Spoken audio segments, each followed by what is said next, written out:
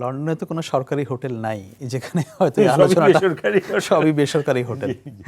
যাই হোক, দেখেন এখান যেটা হচ্ছে কি, বিএনপির কথাই যদি শোনেন, এনসিপির কথা শোনেন বা জামাতের কথা শোনেন, তাদের কথা শুনলে মনে হয় কি যে ইভেন আওয়ামী লীগ, যে বাংলাদেশে যত নষ্টের গোড়া হচ্ছে ইন্টারিম ইউনূসের নেতৃত্বে সেই সরকার, মানে তারা সব কিছু নষ্ট করে দিয়ে গেছে।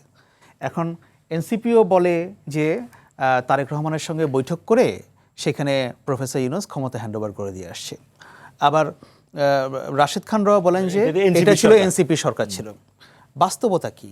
বাস্তবতা হচ্ছে ওই ইউনূস সরকার ছিল, এটা বিএনপি, জামায়াত, এনসিপি যেটা পরবর্তীতে হয়েছে তাদের সরকার। এই ইউনূস সরকার কি এমন একটা সিদ্ধান্ত নিয়েছে যেটা বিএনপি, জামায়াত বা এনসিপি এটা পছন্দ করে নাই? জানতো না বা জানতো না? একটা সিদ্ধান্ত আমাকে দেখান। এই যে ইউএস ট্রেড এগ্রিমেন্ট নিয়ে এত কথা বলা হয়, জানতো?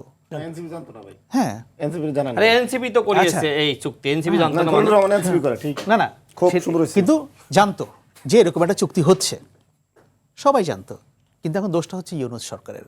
যাই হোক, সেই প্রসঙ্গে পরে আসি। একটা ইন্টারিম গভর্নমেন্টের ফাংশনটা কি? তারা একটা এসে, তাদের ম্যান্ডেটটা ছিল মূলত একটা সংস্কার প্রস্তাবনা তৈরি করা এবং একটা নির্বাচন রেডি করা, এবং সেই সঙ্গে বিচার যেহেতু সামনে ছিল, বিচারটা করা। এই সংস্কারটা তো আসমান থেকে পড়ে নাই।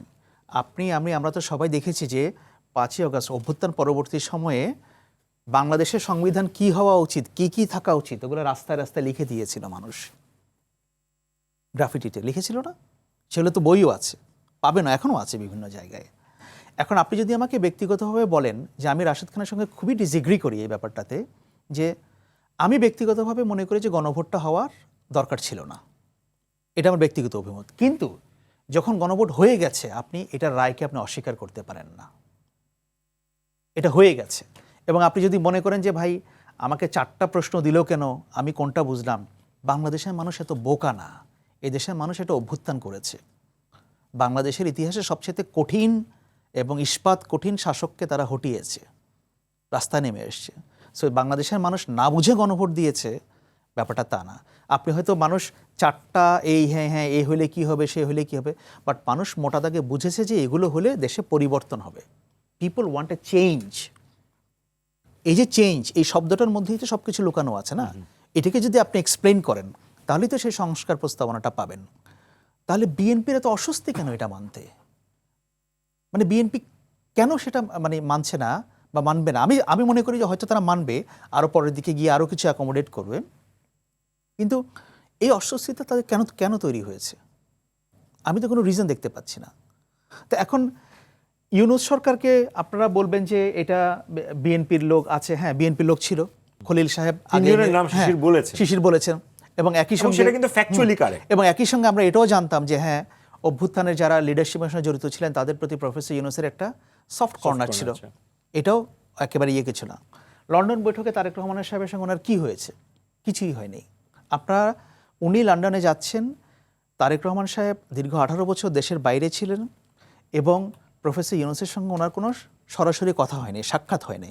উনি যেহেতু লন্ডন গেছেনই, এটা একটা কার্টিসি কল ছিল। এবং একই সঙ্গে সেই যেহেতু বাংলাদেশে তখন নির্বাচন নিয়ে কথাবার্তা হচ্ছিল, প্রতিদিনই তো যমুনাতে বৈঠক হতো না, সেখানে মির্জা ফখরুল ইসলাম আলমগীর যেতেন, জামায়াতের আমির যেতেন, এনসিপি নেতারা তো যেতেন বা থাকতেন, হোয়াটএভার। কিন্তু তারেক রহমান সাহেবের শোনার কথা হয়নি। তো ওনারও তো একটা অভ্যুত্থান পরবর্তী সময়ে বাংলাদেশের one of the biggest political party লিডারের তার কি কথা, এটা শোনার প্রয়োজন আছে। এটা তো দোষের কিছু হয়নি। এবং সেখানে নির্বাচন নিয়ে বিএনপি এবং জামায়াতের মধ্যে একটা মতভেদ ছিল। জামায়াত চাচ্ছিল জুনের পরে ইলেকশন হোক, এই জুনের সময়ে। হ্যাঁ, তার বিএনপি চাচ্ছিল যে এটা ডিসেম্বরে হোক। তো প্রফেসর ইউনূস উভয় পক্ষের কথা শুনেছেন, উনি মাঝামাঝি একটা জায়গায় এসেছেন। এটাই হচ্ছে, হ্যাঁ, এটা এখন সেখানে গিয়ে এটা সত্য, হ্যাঁ যেটা বলছে এটা সত্য। তো সেখানে গিয়ে তো ক্ষমতা হস্তান্তরের কিছু নাই। ক্ষমতা হস্তান্তর করবে কেন? বাংলাদেশের ইতিহাসে হ্যাঁ, বাংলাদেশে অতীত কয়েকটা ভালো বা গ্রহণযোগ্য নির্বাচন হয়েছে, এবং এটাও সেই নির্বাচনের অন্তর্ভুক্ত।